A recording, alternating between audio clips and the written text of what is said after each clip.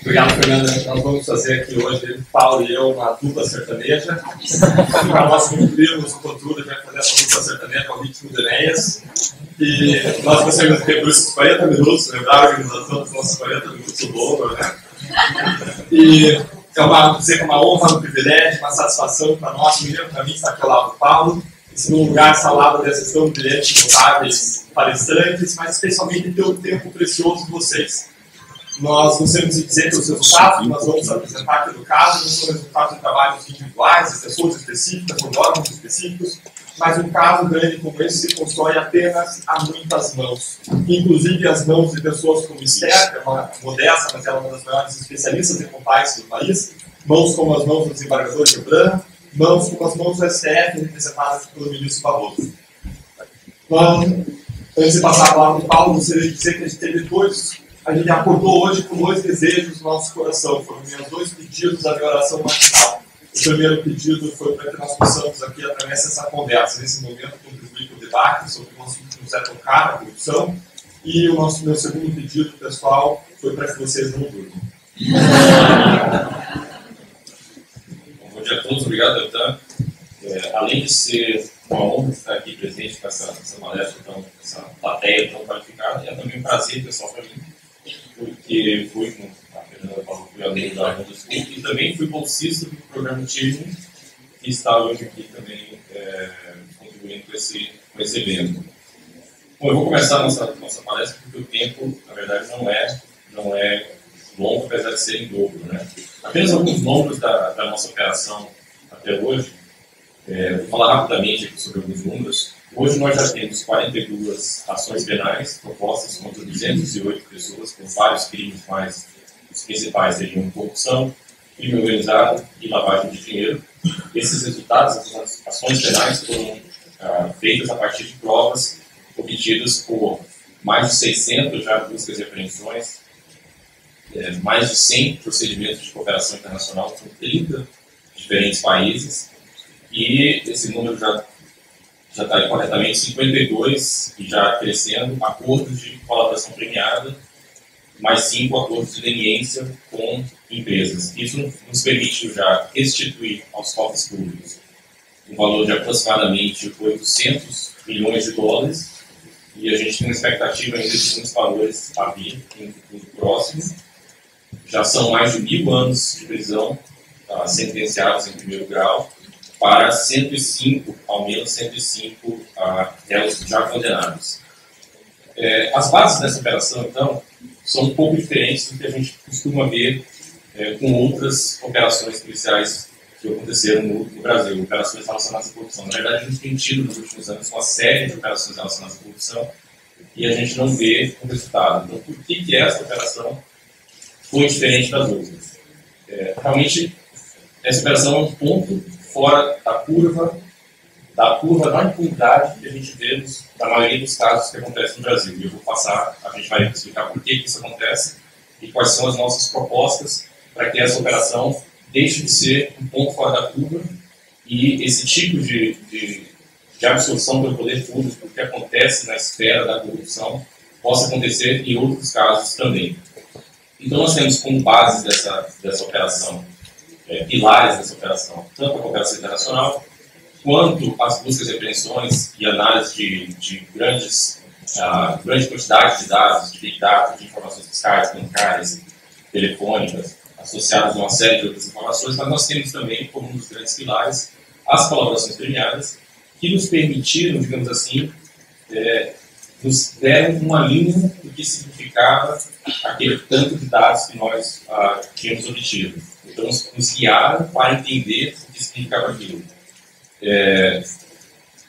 Vou retornar esse slide que eu tinha passado. Isso aqui, apenas exemplificando, isso é uma agenda que foi aprendida com o Paulo Roberto Costa, o ex-diretor da Petrobras, antes de ele fazer a colaboração premiada. Então, nós tínhamos essa agenda, não entendíamos o que significavam essas siglas, e, inclusive, encontramos essa citação aqui do Igor Fernandes, muito interessante, que diz o seguinte: acabar com a corrupção é o objetivo supremo de quem ainda não chegou ao poder.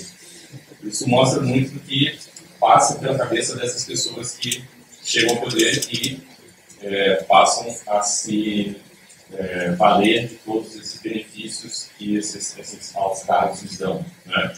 E ali ao lado, apenas para vocês saberem, hoje a gente sabe porque, guiados pelas colaborações premiadas, juntando com essas provas obtidas em busca e apreensão, juntando com transferências bancárias que hoje a gente consegue identificar, ali eram valores que eram repassados a políticos em razão de contratos celebrados na Petrobras.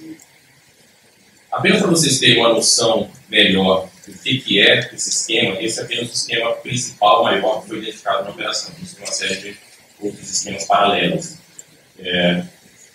Esses slides mostram o que seria um contrato da Petrobras regular, o que seria uma contratação regular. Lembrando que nessa época que a gente está falando aqui, foi a época do boom do petróleo no Brasil, quando a Petrobras, depois de muito tempo, ela passou a investir bastante, de forma bastante pesada na construção de refinarias, havia a questão também do pré-sal.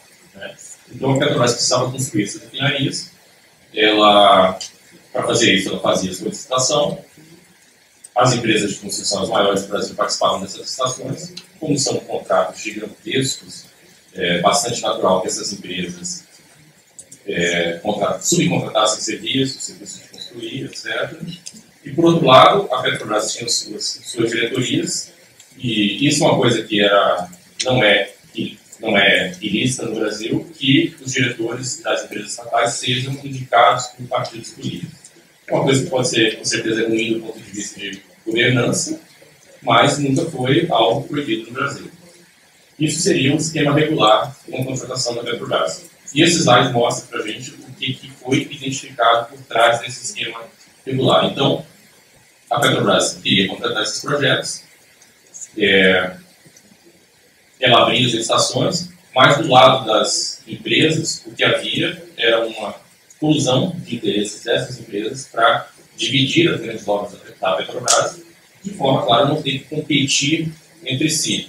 Então, havia fraudes da licitação, com certeza, esse cartel, como qualquer cartel, ele dá a essas empresas uma vantagem econômica pelo fato de elas não terem que competir.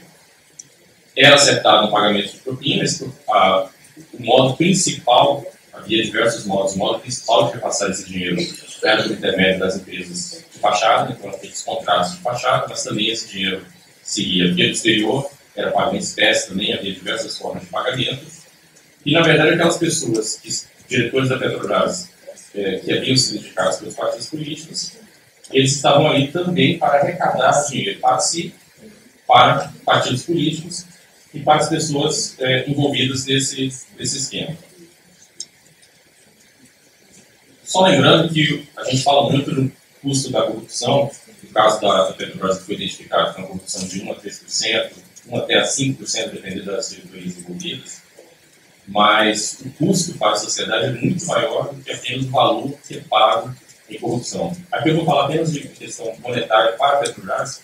A gente tem um cálculo de prejuízo, que é, digamos assim, a Petrobras, quando vai contratar uma refinaria, ela tem o preço estimado da refinaria, acrescido disso o preço do lucro regular da empresa, e daí teria o preço final, o custo final da refinaria que a Petrobras pagaria. Porém, a gente teria que acrescentar sobre isso, além dos 3% de propina, o custo de aditivos irregulares que tenham sido obtidos, eventualmente, por conta desse pagamento de propina, facilitados por conta desse pagamento de propina, o sobrepreço que as empresas colocaram nesse contrato por conta da atuação em cartel, que terá sido ao menos um desconto menor do que teria sido dado se essa licitação tivesse sido feita em ambiente competitivo. E a partir daí você tem um preço final. Só que como só a Petrobras constrói refinarias no Brasil, cada refinaria nova que ela faz, ela usa o preço da refinaria anterior como a base. Então, se você colocasse, digamos que fosse apenas 3%, se você colocar 3% em cada contrato de refinaria, você tem isso de forma cumulativa em cada novo contrato. Você tem os 3% do contrato anterior, que foi utilizado em base, mais os 3%. Isso a gente chega a um montante de corrupção que é estimado, só na Petrobras, estimado em prejuízo. Um estudo do TCU estimou em 30 bilhões, um estudo da Polícia Federal estimou em 42 bilhões. Né? Aqui apenas no esquema mais conhecido hoje, que é o esquema da diretoria do abastecimento, foi identificado que o dinheiro não era o dinheiro que ia para o diretor corrupto. esse diretor corrupto, na verdade, ele ficava com apenas 14% da propina, ou seja, 0,14% do montante do contrato. 60% da propina era excluída para o partido político e os políticos que davam sustentação à manutenção daquele diretor do cargo, ou seja, a maior parte da propina não ia para o diretor da Petrobras, ia para os partidos políticos, os políticos que sustentavam aquela pessoa no cargo. 20% eram custos da propina, inclusive porque esses contratos de fachada pagavam impostos, né, havia um pagamento de impostos sobre eles, que aceitavam ter uma aparência de regularidade, e 6% era o valor dado aos intermediários. Aqui, na verdade, eu não vou explicar esse slide. Eu não vou explicar esse slide, mas é só para vocês verem a complexidade de um esquema. Isso é apenas um dos esquemas identificados, nos mostrando como que foram identificados os repasses de valores. Aqui também é apenas um dos esquemas identificados como foi feito o repasse de valores por intermédio de contas offshore em diversos países. Então, ao final, o que a gente identificou nesse esquema foram diretorias da Petrobras, cada uma diretoria com indicação de um ou mais partidos, e os seus diretores arrecadando valores para essas diretorias. Rapidamente, esse slide só mostra alguns mitos que muitas vezes são repetidos em relação à operação, e a gente sempre gosta de reforçar que são realmente mitos. É importante mostrar os dados reais. Fala-se muito em colaborações, prisões para mostrar colaborações, porque esse slide mostra que, na verdade, aproximadamente 1/4 ou até menos de 1/4 das colaborações feitas dentro da Operação Lava Jato foram feitas com pessoas presas. Fala-se muito também em um suposto abuso judicial na condução dos processos, uma desconsideração de um direito de defesa, o que também não é uma realidade, como esse slide mostra, os dados que são mais antigos, mas o slide mostra que a grande maioria, mais de 90% das decisões do juiz neutral que conduz os processos foram mantidas. Isso mostra também um compromisso do judiciário, tanto com a imparcialidade, mas também com o regular andamento desses processos, que nos deixa tranquilos em relação ao regular andamento desses processos. Portanto, esse caso ele se insere quando nós olhamos a perspectiva macro do que está acontecendo no Brasil dentro de um contexto de crises. 3 crises: crise econômica, crise política e crise ética. A crise econômica deriva, segundo os especialistas em economia, de diversas decisões econômicas erradas no passado. A crise política ela se relaciona com um sistema que é adotado de presidencialismo de coalizão. Como os senhores sabem, o executivo, o presidente da República do Brasil, não governa sozinho. Para que ele consiga governar, ele precisa passar projetos de lei no parlamento. Esse sistema em que o presidente precisa de uma base parlamentar, que é chamada de base aliada, para conseguir governar, foi descrito e nomeado por Sérgio Abrantes em 1989, marido dele então, como presidencialismo de coalizão. É aquilo que se chama de governabilidade. Para que se forme essa governabilidade, o que acontece na prática é que existe uma deferência do Poder Executivo em relação a indicações feitas por congressistas e partidos políticos de pessoas que comporão funções chaves do Executivo, como diretores atuais, como ministros de Estado. Em troca da aceitação dessas indicações pelo presidente, o presidente ganha o apoio daquela base aliada, daqueles partidos políticos e políticos. Até aí nós não temos as melhores práticas, talvez, de governança corporativa, mas não temos nada de criminoso. O problema que decorre daí é um problema em relação a como funciona o nosso sistema. Os congressistas eles funcionam no que a gente poderia designar de modo popularidade. Esse slide é o slide do eleitão, e como ela bem coloca, quanto mais popular o presidente da República, mais ele atrai. Quanto menos popular ele é, quanto mais problemas existem, menos ele atrai. Mais difícil fica de formar a coalizão, ainda mais como nós vimos ontem, a partir da palestra do Marcos, quando nós temos um sistema em que existem 35 partidos políticos. O que nós vemos é que, além disso, a crise econômica e a crise política elas se retroalimentam. A crise econômica ela alimenta a crise política porque ela gera um desgaste do presidente, uma perda de popularidade e uma dificuldade maior de formar essa base aliada. A crise política, por sua vez, ela acirra a crise econômica porque, para solucionar os problemas econômicos, é necessário que o presidente passe vários projetos de lei, mas sem aquela base política, ele não consegue fazê-los passar, ele não consegue resolver ou buscar uma solução para a crise econômica. Agora, a Lava Jato entra no meio de tudo isso. E ela representa aquilo que nós poderíamos chamar de crise ética. Voltando àquele slide que relaciona governabilidade, poder executivo e Congresso, e agora derivando para o que nós descobrimos na Lava Jato, o que nós descobrimos é que o principal objetivo de vários partidos políticos, de fazer indicações, eram ter posições chaves dentro do Poder Executivo com dois objetivos. Um objetivo que se desdobrava em dois. O objetivo central era arrecadar a propina, e esse objetivo se desdobrava em enriquecimento lícito próprio e financiamento de campanhas eleitorais caríssimas. Nós cobrimos esse esquema em relação à Petrobras, mas o ponto-chave para a compreensão de todo esse esquema é que não existe uma razão sequer para que esse esquema estivesse restrito à Petrobras. A razão desse esquema existir, que é de financiamento de campanhas caríssimas e enriquecimento próprio, se aplica a qualquer outra posição-chave do governo. É claro que é sempre possível a políticos, a pessoas, a empresários exercerem o seu poder do não. E nós não podemos incorrer em generalizações. Nós não podemos dizer que todos os políticos são corruptos, porque nós condenaremos os bons junto com os ruins, e mais, nós afastaremos aos políticos bons da intenção de concorrer junto com os demais. Eu acredito que vocês contaram que o pessoal está primeiro. Senão, esse versículo vai ficar desesperado com vocês. E o que nós descobrimos é que esse esquema ilícito funcionava não só na Petrobras, mas também em outros órgãos. Nós comprovamos que esse esquema funcionava em relação à Petrobras, esse caso hoje termina no Rio de Janeiro. Nós descobrimos fortes indicativos desse esquema no Ministério do Planejamento, fortes indicativos disso no Ministério da Saúde, foi comprovado isso em relação a certas partes da Caixa Econômica Federal, e essa é uma investigação em plena situação. O New York Times fez uma matéria recente, em março, quando a presidente Dilma ainda não havia sido afastada provisoriamente por esse processo de impeachment, que retrata em boa dimensão essa crise ética. E o que ele mostrou, basicamente, foi que em toda a linha sucessória nós temos ou pessoas envolvidas e investigadas na Lava Jato, ou pessoas que pertencem a partidos políticos envolvidos até o pescoço na Lava Jato.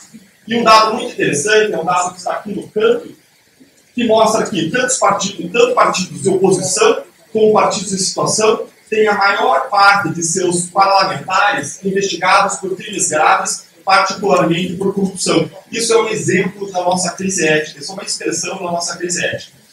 Eu já disse que crise econômica e política interagem, agora eu vou fazer referência à crise ética. A crise ética, ela acirra a crise política porque se torna difícil formar alianças permanentes. Como vocês veem, 3 ministros já foram afastados desde o começo do governo interino, em razão dos problemas surgidos no Lava Jato. Ela torna instáveis as alianças. Ela acirra também a crise econômica na medida em que a corrupção prejudica a economia. Eu gostaria de frisar que não é o combate à corrupção, e sim a corrupção. Os indicadores do Banco Mundial mostram que quanto maiores os índices de corrupção, menor o desenvolvimento econômico e social dos países. Na escala global, menor ainda a competitividade do país no cenário global, onde nós vimos alguns slides mostrando a posição do país no ranking de competitividade mundial, colocando o país no número 75, e quando nós olhamos todos os países naquele cenário mundial, nós vemos que quanto maior a corrupção, pior é a posição do país no cenário global no tocante à competitividade.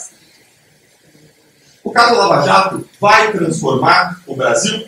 O que vocês acham? Vocês poderiam levantar a mão? Vamos fazer uma experiência social. Se puder levantar a mão, quem acha que existirá um antes e um depois da Lava Jato? Que a Lava Jato muda o país. Levanta a mão, por favor. Certo. Agora, quem acha o contrário? Que a Lava Jato não vai mudar o país. Poderia levantar a mão, por favor? Menos gente acha que a Lava Jato não vai transformar, mais gente acha que a Lava Jato vai transformar, mas eu gostaria de passar para vocês a minha perspectiva a partir do caso concreto. Não necessariamente ela é melhor do que qualquer de vocês, mas a partir da minha perspectiva, a Lava Jato não vai transformar o país. Infelizmente, o que nós vemos é que a corrupção não é um problema de um partido A ou de um partido B. Não é um problema de um governo A ou de um governo B. Lá em 1650, Padre Antônio Vieira, no Jornal Nacional da época, que era o púlpito do Sermão do Bom Ladrão, ele já reclamava que o verdadeiro ladrão não era o ladrão de galinhas, mas era o corrupto, era o governante. Em 1822, se desenvolveu uma riminha no Rio de Janeiro que falava que quem rouba é ladrão, quem rouba muito é barão, mas quem rouba muito esconde e se vira é promovido de barão a visconde. Em 1950, aproximadamente, surgiu uma expressão mar de lamas. Você escuta essa expressão até hoje, porque os sucessivos escândalos não pararam e essa expressão sobreviveu. Mais recentemente, surgiu uma outra expressão, que é a do político que rouba, mas faz. A quem que se refere essa expressão? Exatamente, Adhemar de Barros, um político bem mais antigo. Esse outro que vocês pensaram, bom, até isso ele roubou.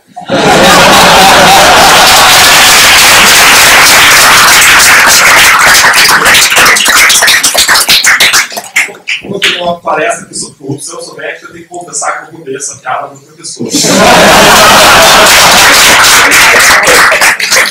Nós vemos aqui na década de 90, apenas antes do atual governo, houve, segundo o estudioso da corrupção, 88 escândalos de corrupção só na área federal. Se nós queremos mudar o problema da corrupção, nós não podemos adotar a teoria da maçã podre, que é aquela teoria segundo a qual você resolve o problema da maçã podre do cesto, retirando as maçãs ruins. Não, você precisa mudar as condições ambientais, a temperatura, a pressão de ar que faz as maçãs apodrecerem. Nós precisamos atuar sobre as condições que favorecem a corrupção no Brasil. E nesse momento nós temos uma janela de oportunidade. Eu gostaria de mostrar essa janela de oportunidade a partir de algumas frases que eu saí no jornal. A primeira é de um historiador que fala que a presunção de impunidade e aí desigualdade perante a lei estão sob ameaça depois de 126 anos de república, com o caso Lava Jato. Um jornalista coloca que existe um rasgo cultural, cortinas abertas sobre coisas sempre sabidas, mas não provadas. Veja que ele não está dizendo que essas coisas nunca existiram, mas que agora elas estão sendo provadas nesse caso concreto. Um cientista político, o pai do Capitão Nascimento, o Luiz Eduardo Soares, ele coloca que o caso Lava Jato é escutilha, que nos permite ver um futuro diferente e mais promissor. E a frase que eu mais gosto é da Bíblia Leitão, ela coloca para o Brasil. O caso Lava Jato pode ser, se nós aproveitarmos a oportunidade, a semente de um recomeço. Nós precisamos extrair uma lição do caso Mãozinhos, mencionado aqui antes. No caso Mãozinhos, existia uma grande investigação contra a corrupção, mas o que nós vimos é que existiam várias críticas e abusos que nunca foram confirmados ou comprovados, mas essas críticas repetidas e infundadas foram capazes de colocar o poder público com o pé atrás. E a partir do momento em que isso aconteceu, houve uma reação do sistema corrupto, ele contra-atacou. E houve uma série de atos aprovados contra o combate à corrupção e não a favor dela. Foi aprovada, por exemplo, uma lei que foi chamada, apelidada de Lei Salva Ladrões, que proibia a prisão preventiva especificamente nos casos de corrupção. Nós temos ali um ensaio que ainda vai ser provado, no caso do Lava Jato, que uma investigação catártica pode abrir uma grande janela de oportunidade para nós construirmos um legado contra a corrupção endêmica com a qual nós temos convivido, não na última década, mas ao longo dos últimos séculos. Isso nos traz a necessidade de duas reformas centrais. A primeira é a reforma política e a segunda é a reforma no sistema de justiça criminal. No tocante da reforma política, eu vou apenas colocar alguns pontos centrais. Nós precisamos, em primeiro lugar, mudar o nosso sistema de coalizão ou de relacionamento entre executivo e parlamento para desestimular o quid pro quo, a troca de interesses na indicação de cargos públicos.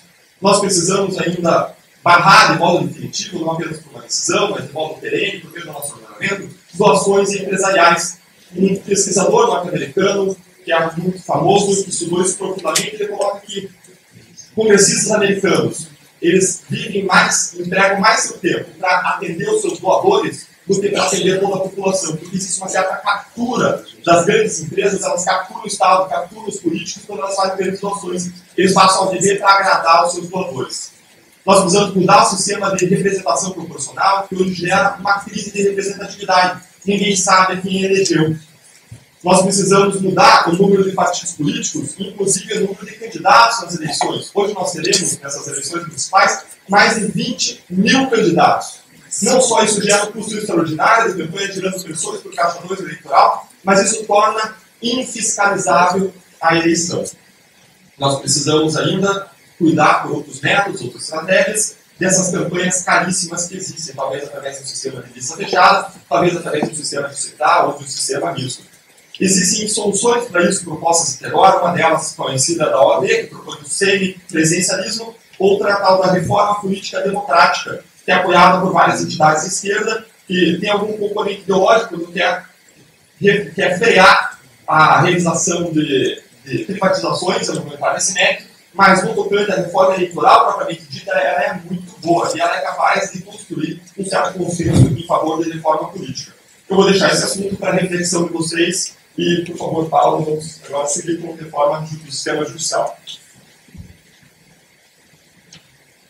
Bom, então não é apenas a reforma política que a gente precisa, porque o que a gente vê em termos de corrupção, ele é incentivado por um sistema político que realmente dá asa a esse tipo de coisa acontecer, mas com certeza ele é também fruto de um sistema que faz com que as pessoas deixem de ter qualquer receio de aplicação da lei penal em relação a elas. Ou seja, durante muito tempo, a impunidade reinou nesse país e as pessoas nunca realmente se preocupavam em ter o judiciário, o Ministério Público, o sistema do Estado realmente atuando contra esse tipo de crime. Um dado interessante é que boa parte dessas empresas que hoje estão sofrendo com a Operação Lava Jato, que estão, digamos, sujeitas a uma inidoneidade, ou seja, proibição de contratar, essas empresas já respondem à ação de probidade por muito tempo, há muitos anos, e nunca se preocuparam com isso. Então, esse é um ponto diferente nessa ação, mas que precisa ser, da mesma forma, essas empresas precisam ter esse receio em relação à aplicação da lei, nos outros casos também. Então, hoje a gente tem essa regra da impunidade para os crimes do colarinho branco. Esse slide já foi mostrado, eu acho que foi mostrado ontem também. Quanto mais amarelo, mais honesto é o país, é o Banco da Transparência Internacional. O interessante é que o Brasil não apenas está em 76º hoje, como caiu posições desde os últimos anos. Esse, talvez, os últimos anos é a pior posição. Então, não estamos melhorando, se quiser, estamos piorando. Né?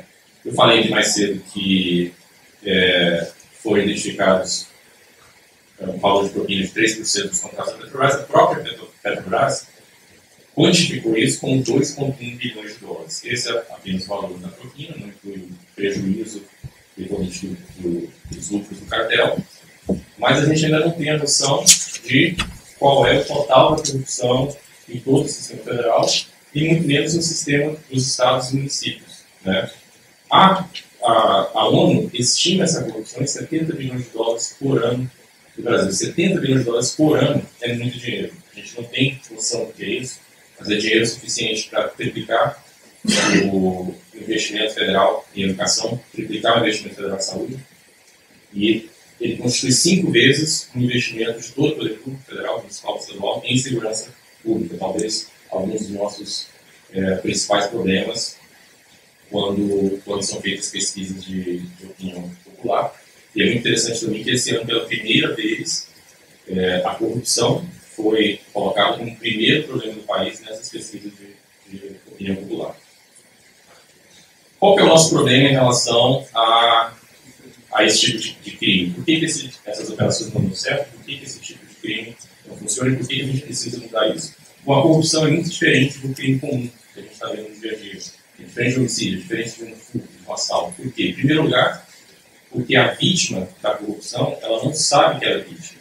Se ninguém contar para ela que houve corrupção, ela não fica sabendo que houve corrupção, não é feito uma denúncia às autoridades, e essa corrupção, então, ela fica entre 4 paredes, é mantido um pacto de silêncio entre as pessoas que praticaram o corruptor e o corrupto, e nenhum dos dois, a não ser que algo extraordinário aconteça, nenhum dos dois vai sair por aí dizendo que pagou a corrupção ou que recebeu a corrupção. Então, em primeiro lugar, era difícil de aparecer. Uma vez que ela aparece, ela é muito difícil de ser provada. Porque quais os elementos que você tem para provar isso? O dinheiro, muitas vezes, é passado em espécie. São utilizados meios muito eficazes de lavagem de dinheiro para esconder esse caminho do dinheiro. Eventualmente, quando se consegue descobrir e provar a corrupção, muitos dos processos acabam sendo anulados por questões formais ou em razão da demora no julgamento. A gente tem processos que é até comum você falar que um processo de corrupção, que a gente fala em branco, leva 15 anos para ser julgado. Boa parte desses processos decai pela prescrição. No caso de um processo em que se descobriu, se provou, não foi anulado, não foi declarado prescrito, houve uma condenação, não foi prescrito, houve uma condenação, e que a gente poderia chegar à execução, muitas vezes o cara morreu, ou ele passou de 70 anos, a prescrição pela metade, e quando se vai executar, a pena é muito baixa. Essa pena dificilmente ela vai passar de 4 anos, a corrupção de 2 anos, dificilmente ela vai passar de 4 anos. Essa pessoa vai receber uma sentença de talvez regime aberto, prestação de serviço à comunidade, é algo que passa muitas vezes despercebido pela população que está vendo um cumprimento de pena. E, no final, se todas essas circunstâncias, com um toque de mágica, derem certo, essa pessoa ainda começa a cumprir a pena, mas depois de um quarto ela pode ser beneficiada com o decreto de limitação da pena ou até mesmo com o indulto. Então, essas são também razões principais porque outros casos de corrupção muitas vezes não chegam ao sucesso que chegou a Operação Lava Jato. Pensando em todas essas dificuldades do nosso sistema de justiça criminal, que algumas pessoas trabalhando na Operação Lava Jato pensaram em medidas, quais seriam as alterações legislativas que seriam necessárias para a gente permitir que a Lava Jato não seja um ponto único fora da curva e que outras investigações também possam ter sucesso, outras investigações relacionadas a crimes de corrupção. A ideia, então, foi fazer um projeto de alterações legislativas para fazer mudanças pontuais no sistema de justiça criminal que permitam acabar com esse reinado da impunidade no país. E uma ideia muito interessante foi a de levar isso, tirar isso do seio do Ministério Público e passar isso para a população. E a população realmente resolveu aceitar isso, tomou esse projeto como seu. A população é quem coletou assinaturas populares no Fundo de Nós, então foram coletadas mais de 2 milhões de assinaturas populares para que esses projetos fossem apresentados ao Congresso como projetos de lei de iniciativa popular. Eu vou explicar esses projetos para vocês ainda. Essas medidas, elas não surgiram out of the blue, elas não vieram da nossa cabeça de uma criatividade ou sem base em estudos. Pelo contrário, elas vieram por base, estudos nacionais, internacionais, experiência nacional e internacional no combate à corrupção. Foi baseado, por exemplo, em estudos da professora Susan Rose Ackerman, de Yale, Robert Wingard, da Califórnia. Foi baseado em estudos de criminologia de colarinho branco. Essas pessoas, elas dizem que o agente corrupto não é o criminoso de rua que pratica o crime movido por paixões ou por vícios. É sim a pessoa que pratica o crime no seu gabinete, no conforto do ar-condicionado e faz uma escolha com base em custos e benefícios. No prato da balança dos custos estão, ou deveriam estar, montante de punição e probabilidade de punição. No prato da balança dos benefícios está o dinheiro que a pessoa desvia e que no Brasil é muito difícil de ser recuperado. Eu digo que no prato da balança dos custos deveriam estar a probabilidade de punição e montante de punição, porque, como nós vimos, é muito difícil descobrir e chegar a um resultado positivo para punir corrupção no Brasil. Um estudo feito, publicado pela Fundação Getúlio Vargas, fala que a probabilidade da punição da corrupção no Brasil é de 3%. 3% dos casos. E ainda nesses 3% que são punidos, a pena mapeada é uma piada de mau gosto. A pessoa, como o Paulo bem colocou, vai cumprir prestação de serviço à comunidade e mais. Como diz o ditado, nada é tão ruim que não possa piorar. Essa pena, que já é irrisória, quando você compara com o mal causado pela corrupção, ela é integralmente perdoada após cumprir 25% da pena. 1/4 para um decreto do tratamento que se aplica de modo geral a todo esse tipo de situação. Então, esse pacote ele teve 3 núcleos centrais. O primeiro núcleo foi prevenção, evitar que a corrupção aconteça. O segundo núcleo foi fechar as brechas da lei por onde os criminosos escapam, ou seja, trazer uma punição efetiva, acabar com a impunidade, trazer uma punição adequada para os crimes de corrupção. E o terceiro núcleo foi criar instrumentos que permitam a recuperação efetiva do dinheiro desviado. E boa parte dessas medidas já existiam com projetos de lei em trâmite no Congresso, até porque são previstas em convenções internacionais, mas o que nós fizemos foi agrupar isso num pacote para que isso tivesse uma força maior, com o apoio da sociedade, para que pudesse tramitar e eventualmente ser aprovado. Eu vou passar muito rapidamente por algumas dessas medidas, nós não teremos tempo de abordar todas. A primeira dessas medidas, ela busca transformar uma cultura que apoia o desvio de comportamento. Hong Kong conseguiu mudar isso. Hong Kong é um lugar que nos traz esperança, porque tinha corrupção endêmica e sistemática como a brasileira, e conseguiu mudar isso. Hoje, naquele ranking que nós estamos na 76ª posição, Hong Kong está na 18ª posição, o 18º país mais limpo do mundo no tocante à corrupção. Hong Kong conseguiu fazer isso por meio de uma política de 3 pilares. Um desses pilares era exatamente mudança de mentalidade por meio de campanhas de marketing de massa contra a corrupção, para curar a corrupção com conscientização. Ainda são propostos ter programas de pesquisas em escolas e universidades, assim como o treinamento de todos os agentes públicos a cada 5 anos. São propostos ainda testes de integridade, que existem aqui na Inglaterra, na Austrália, nos Estados Unidos, e que são capazes de mudar a cultura segundo algumas pesquisas sociológicas sobre testes de integridade. Nós propomos aí a mudança da pena mínima de corrupção de 2 para 4 anos, a inserção dela no rol dos crimes hediondos a partir de R$80 mil, para que passe a ser impossível se conceder indulto natalino nos casos de corrupção. São propostas é proposta a criação do crime de enriquecimento ilícito, que é incentivado e recomendado pela ONU na Convenção Internacional contra a Corrupção. São propostas algumas alterações no procedimento criminal para tornar o processo mais rápido, como, por exemplo, hoje, um recurso que vai ao Superior Tribunal de Justiça e outro que vai ao Supremo Tribunal Federal, 2 tribunais de Brasília, eles tramitam de modo sucessivo. Nós propomos simplesmente que eles tramitem de modo paralelo e simultâneo, porque usualmente os objetos desses recursos são distintos. Isso permitirá cortar pela metade o tempo de tramitação dos recursos. Ainda nós propomos algo relacionado à prescrição. O modo como funciona o sistema prescricional criminal no Brasil é o principal vilão no tocante à impunidade. Eu vou citar um exemplo que torna isso mais claro. Quem é que lembra do caso do Protedoduto ou Silveirinha, que aconteceu no Rio de Janeiro, desvio de dinheiro para auditores da Receita Estadual? Poderia levantar a mão para ter uma ideia? Bastante gente. Em 2003, se descobriu que auditores da Receita Estadual tinham mais de 30 milhões de dólares escondidos em contas na Suíça. Não é de hoje essa moda de esconder dinheiro na Suíça.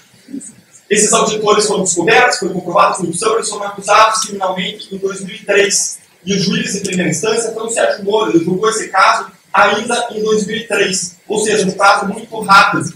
E agora no Brasil, como foi mencionado aqui antes, nós temos 4 instâncias de julgamento. Essa era apenas a primeira delas. A segunda instância de julgamento julgou esse caso em 2007. A terceira instância julgou esse caso em dezembro de 2014 e ainda cabiam recursos. Se a quarta instância demorar para julgar esse caso, ao mesmo tempo que a terceira demorou, esse caso estaria julgado em 2021, mais de 20 anos depois dos crimes. Agora, como eu disse antes, nada está dando ruim que não possa. Adivinha o que já aconteceu na terceira instância com o crime de corrupção? Prescreveu. Então, você dá um atestado de boa conduta para o criminoso, apesar de ter sido condenado por existirem amplas provas de corrupção, simplesmente porque o sistema de justiça demorou muito para dar uma resposta naquele caso. Ainda que a demora decorra exclusivamente da sobrecarga do judiciário. Nós teremos vários exemplos para mencionar em relação a isso. O caso Maluf, ação penal 461 no Supremo Tribunal Federal, acabou de prescrever, só faltava ser declarada a prescrição. Banco Econômico desviou mais do que a Petrobras, prescreveu. Temos tantos outros casos em que a regra é a prescrição. Nós teríamos que buscar casos, sim, para nós identificarmos quando a prescrição não aconteceu. Basta fazer aqui uma outra experiência social. Quem poderia levantar a mão para dizer um caso que a pessoa foi processada criminalmente? Da primeira à última instância foi condenada por corrupção. Quem lembra aqui? Primeira à última instância. Mensalão conta que foi direto na última instância. Quem lembra aqui? Tem casos, gente. Pode anular os 5 aí. Daniel Dantas foi por crime contra o sistema financeiro. Foi corrupção, eu acho. Mas, de algum modo, vamos contar. O Nicolau ainda foi submetido à prisão domiciliar. A gente prisão de Mas vamos contar também. 2. Luiz Estevam. Luiz Estevam foi recentemente, né? Ótimo. Uma atuação muito boa do Supremo Tribunal Federal. Quem mais? Bom, se nós estamos aqui talvez em 100, 200 pessoas e não somos capazes de lembrar de 10 casos de corrupção, é porque não existe grande corrupção no Brasil. Na verdade, ou o sistema não funciona. Nós precisamos olhar com cuidado para o sistema, porque ele efetivamente não funciona. Eu fiz uma pesquisa no Paraná e essa pesquisa comprovou isso. Não tem presos por grande corrupção no Paraná. É como se o Paraná fosse uma exceção à regra e não tivesse grande corrupção. Se você quer saber mais sobre esse assunto, visite a nossa página das medidas. Lá tem um sumário executivo dessas medidas, 14 páginas. Tem a íntegra em 100 páginas, elas são bem fundamentadas, justificadas em acordos internacionais, em doutrina internacional contra a corrupção e assim por diante. Eu gostaria de encerrar. Essas são imagens apenas de algumas pessoas voluntárias, eu colhi assinaturas, o Paulo colocou mais de 2 milhões de assinaturas, número recorde de assinaturas em tempo recorde. Essas medidas são apoiadas pelo Robert Ligar, são apoiadas pela Transparência Internacional, pela Associação de Juízes Federais altamente isenta, ou seja, são medidas apartidárias que objetivam unicamente combater a corrupção, seja ela de quem for, e as medidas punitivas, evidentemente, só valem para frente e não valem para trás. Para finalizar, eu gostaria de contar uma historinha para vocês. Eu fui viajar de avião há um tempo atrás, entrei lá, sentei confortavelmente na minha poltrona, né, econômica, e entrou uma senhorinha sorridente, veio sorrindo, sentou do meu lado, e às vezes as pessoas não se reconhecem, ela virou para mim e falou: você é o menino da Lava Jato, não é? Aí, poxa, fiquei prestigiado, menino, que legal, né? Sou, com certeza, menino sou eu mesmo. Que às vezes as pessoas param na rua, falam parabéns, vocês nos representam, é isso aí, continuem firmes, não desistam. E essa senhorinha simpática virou para mim sorrindo e falou: ah, meu filho, isso aí não vai dar certo. No Brasil, eu estou acostumada a viver a veiculidade, esse caso também não vai funcionar. Muitos de nós temos esse espírito da senhorinha dentro de nós, não é verdade? Mas nós não podemos perder a capacidade de nos indignar com justiça, nós não podemos perder a nossa esperança. Eu não compro a tese cética. Se você compra, ironicamente, então usa o telefone celular que transmite a voz à distância, quando isso antes era inimaginável. Voe de avião, o que antes não se imaginava. Vá fazer uma cirurgia feita por robótica à distância, usando a internet. O impossível, muitas vezes, é algo que está lá apenas à espera de ser superado. Max Weber falou que o homem não teria tantas vezes alcançado os possíveis se não tivesse tentado o impossível. Agora, ainda assim, se você diz, não, isso funciona para a Inglaterra, funciona para os países nórdicos, mas não para o Brasil, eu queria colocar a seguinte situação para você. Queria que você imaginasse a pessoa que você mais ama na sua vida. Pode ser sua esposa, seu esposo, seu filho, sua filha, seu pai, sua mãe. O tempo que você investiu com essa pessoa em risadas, em brigas, em reconciliações, em tristezas e alegrias. Agora eu queria que você imaginasse que você é um médico, e o médico vira para você e fala: meu senhor, minha senhora, essa pessoa que você tanto ama tem uma doença terminal. Ela tem 6 meses de expectativa de vida.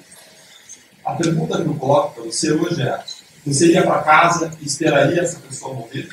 Ou você faria tudo o que está ao teu alcance para salvar a vida dessa pessoa, indo de médico em médico, de lugar em lugar, dobrando seus joelhos e orando, ainda se você não acreditava em Deus no passado, buscando o impossível?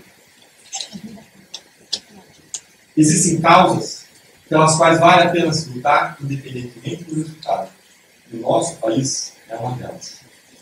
Nós precisamos expressar um amor pelo Brasil que nós expressaríamos pelos nossos filhos, porque amar o nosso país nada mais é do que amar as pessoas ao nosso redor. Se o brasileiro é aquele que não desiste nunca, vamos dizer que nós somos brasileiros e não vamos desistir do nosso país. Vamos dizer isso juntos? Nós somos brasileiros e não vamos desistir do nosso país. Eu gostaria de encerrar com essa mensagem de esperança, de compromisso e com a ideia básica desse momento, que é todos juntos construir um país melhor. Muito obrigado a todos vocês.